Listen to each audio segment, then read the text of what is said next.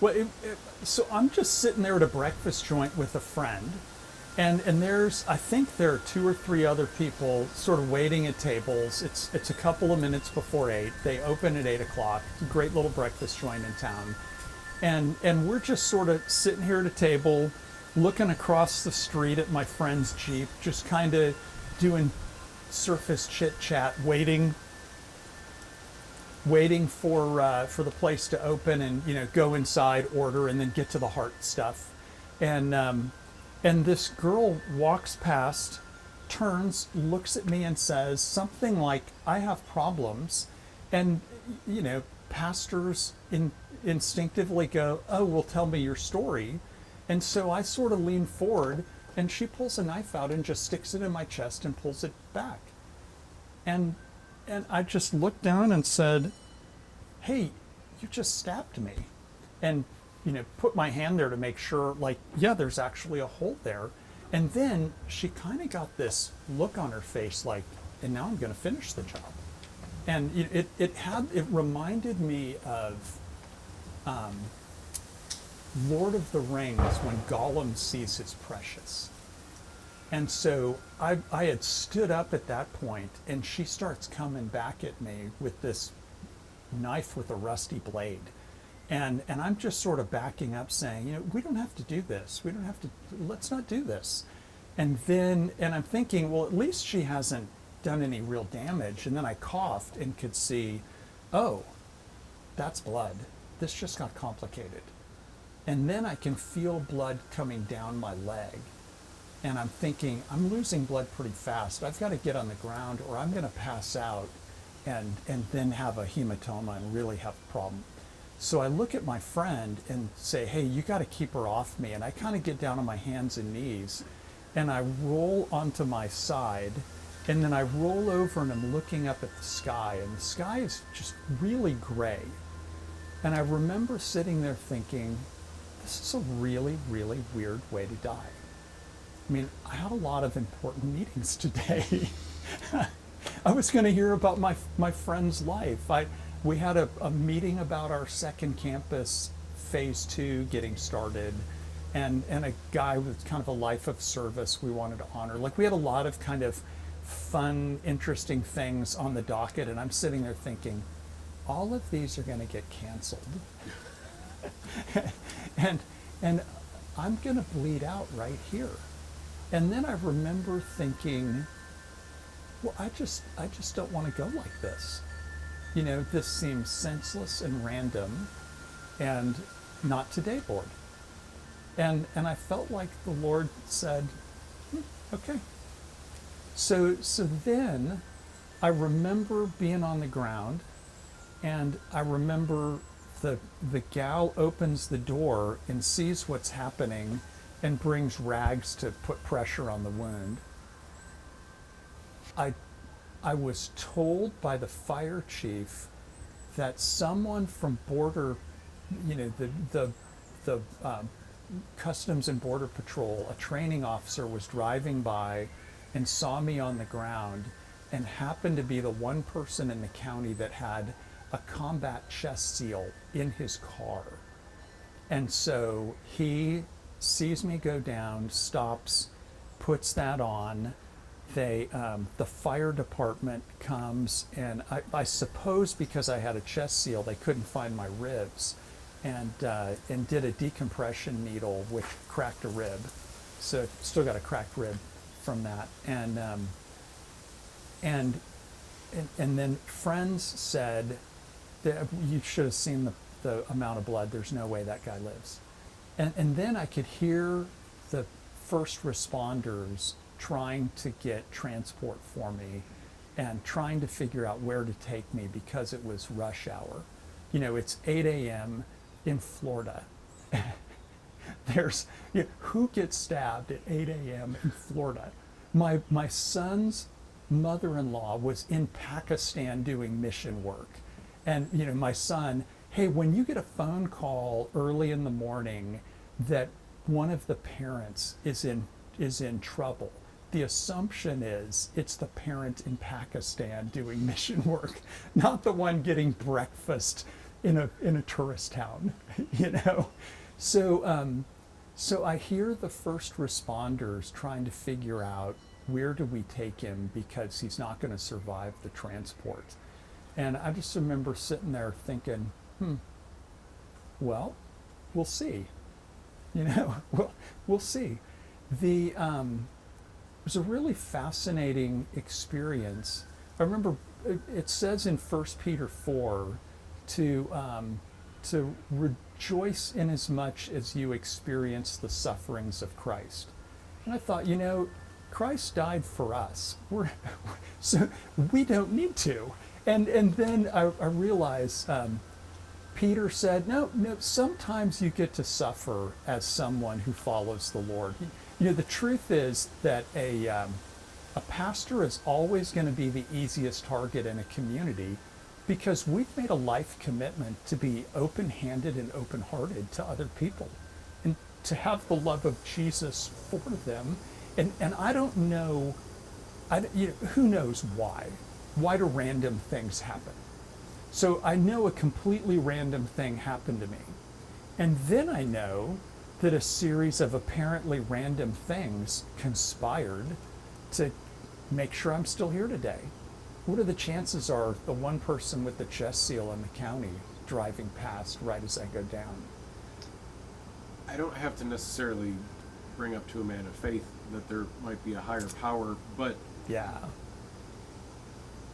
Did you think that you were speaking to God at that time, or do you truly think that God put that Border Patrol agent and the employee with all of the cloth like right away in your path? People in healing ministry say, when we don't pray, healings don't happen, and when we pray, sometimes healings happen. So was that prayer or not? And I don't know, but the chances of someone stabbing me at 8 a.m. in St. Augustine have got to be as close to zero as it gets. On the other hand, the chance of someone 40 minutes away from a trauma hospital getting his lung punctured and his pulmonary opened up, people don't walk away from that. They just don't. You get your pulmonary severed and you're in a collapsed lung 45 minutes from a hospital, and they told me I heard the trauma surgeons in the hospital telling me I lost 2.5 units of blood. That's half my blood. So the chances of me being here are the result of several wildly improbable events and an amazingly good set of first responders, trauma docs, and ICU people at Florida Memorial. So because of a great fire department, a guy pulling over in his car, a really fast ambulance driver, a guy in the back who had a kid who goes to our preschool, keeping me with him mostly. I was in and out, but mostly with him. And then this army of trauma docs, here I am. So it's a fascinating thing. It's always easier to destroy than to build. It took probably 25 people to keep alive, and they had to make like 5 large holes in me to patch a small hole. But a little bit like 9/11, it took years to build those buildings, and 2 years to clean them up, and 10 years to replace them, and 40 minutes to bring them down. You'd mentioned that you remember sort of going in and out in the ambulance going up to the hospital. After your attacker said, was it, can you help me or something? I think she said, I have problems. I have problems. Yeah, do you remember her saying anything else? I just remember her saying, I have problems, and then just in and out like nothing. And, I'm fairly certain she had hit me exactly right to miss all my ribs. The chances of me being there, I haven't had breakfast in that place in 6 months. And I didn't show up before it opened. It's literally the only time I've sat in front of that restaurant for 5 minutes. And it just happens to be when a gal had come through McDonald's and tried to knife a girl in McDonald's, and then it missed, came around and found me at that restaurant and picked me out of the four.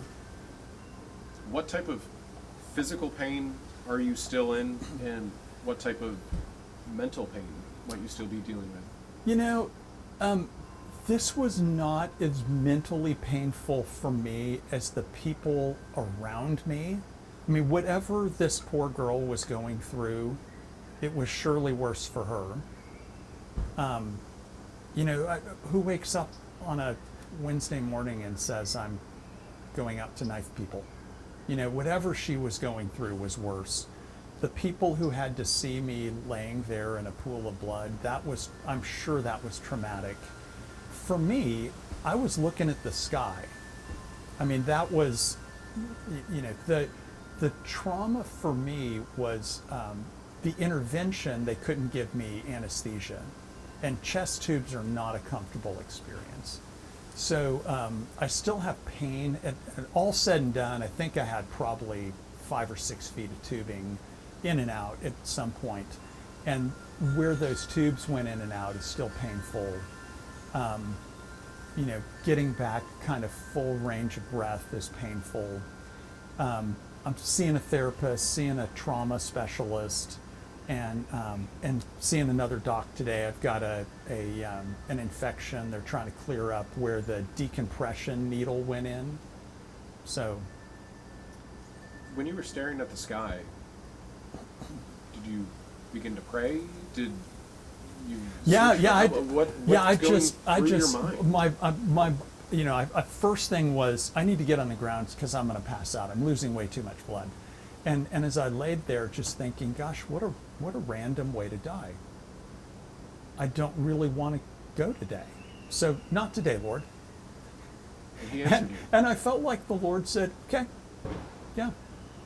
And it was very emotionally flat. Like there was no fear, there was no pain until the first chest tube didn't work and the trauma doc says, I've got to give you a much larger one. It's going to hurt a lot. And he was right. It did. It hurt a lot. So, I don't recommend chest tubes. If you can go through life without chest tubes, that's a good idea. You and I have met a few times, and every single time you're happy, you see the bright side of things, you seem to just be a joy to be around. You're now 2 weeks off of almost dying, and yet you still seem happy and a joy to be around. Well, I am here. Is that so much of it? Is just I mean, part of it is I'm here. You know, part of it is we have no idea what God's doing. You know, Isaiah in Isaiah 55 it says, "My thoughts are not your thoughts, neither are your ways my ways." As far as I'm going to butcher the quote now because I haven't looked at it in a while, but as far as the heavens are above the earth, so are my thoughts above your thoughts. So I don't know what God is doing in this, but it seems to me that people that are pastors or first responders, they have to go through things that are not for their benefit, but are for the benefit of others. And so at some level, first of all, I'm hoping that this saves Ariana, because if you knife a pastor at breakfast in a state with the death penalty, that's kind of it. I mean, the fact that I'm alive might be a chance for her. And it probably gives me an ability to have a heart for people in places of darkness and pain that I wouldn't have really had. I've sort of theoretically have, but I know what it feels like to, you know, be in ICU for 6 days. You know. Speaking of being in the ICU for 6 days, what do you have to say about the medical team that allowed you to now sit here today? Oh my gosh, it was an army of people doing their very best work. So, and they just kind of do this day in and day out with hundreds of people, and no one ever really knows their name. And you know, by the time you're leaving, you're just in a hurry to get to your car because you're tired, and they never really get the thanks they deserve. And it's a really wonderful thing. The St. Augustine Fire Department, the county, the St. Johns County Ambulance Service, and the Memorial Hospital in Jacksonville all were amazing. When did you sort of come to and have the realization, and maybe it was a couple of days in the ICU, and just give yourself your own chance to look back on what happened and where you had gone through? When did your process begin? I think it began laying there on the ground. I mean, I was pretty present, and then I kind of floated in and out, and then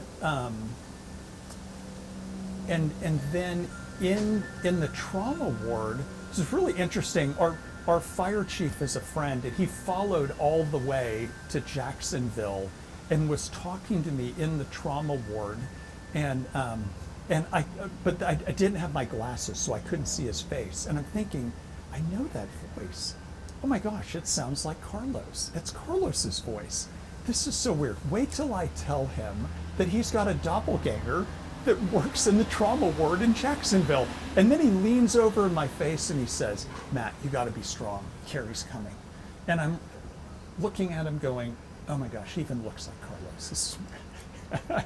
And so I think even in the moment, I was thinking, I'm gonna have stories to tell people as a result of this. So I think, although I kept hearing people say, this guy's not gonna make it, I think I always thought, from that, after that initial prayer, and I didn't hear a voice or see lights, I just had this sense that it's going to be okay. After that initial prayer, I just always thought it was going to be okay. Interesting. Forgiveness is such a main tenet of Christianity. have you gotten to a point where you can forgive the person who tried to kill you randomly, or it is Christianity. I mean, Christianity is you are forgiven through the love of Jesus. So how could I not forgive her? I've been forgiven so much. How could I not extend that forgiveness? Now the law is going to do what the law is going to do, and is going to make sure that society is safe, and hopefully get her help. But I harbor no ill will, and when the time comes to see her, I'll tell her I forgive you utterly and completely. And that's not difficult at all for you? No. It's just part of Christianity for you. It's just Christianity. Yeah. How moved will you be? I know you touched on this a little bit, to try and speak with people like her, maybe go into a prison system or mental health scenarios. Does it almost change some of your ministry? God gave me these tears, so I'm going to use them. So our ministry has involved lots of young adults, and she was 22. So in a way, it feels like if I'm going to be stabbed randomly, the easiest person for me to come to grips with that is going to be a young adult. I was on Young Life staff for 20 years, and then was a youth and young adults director in a diocese, and then started a couple of young adults groups at churches. And so St. Augustine is the first place where the other part of life was involved in, what we do. So I'm really proud of the fact that in the Diocese of Florida, the Episcopal Church has a lot of prison ministry, and we've got folks from our church that are involved in that. I'm not, I don't know what this means for me personally in my ministry. I do know that I want to make sure she knows that as far as I'm concerned, she's free. And when do you plan on going back to Trinity and continuing a regular Sunday schedule? I don't know. My internal wiring says yesterday, and therapists and doctors say hold off a while, that you've still got a ways to go. So still got an infection I'm fighting, and going to docs today about that. But as soon as I can, I miss church. So miss the people, miss the city, miss the people, miss the church, miss the work. But alive. Yeah, yeah.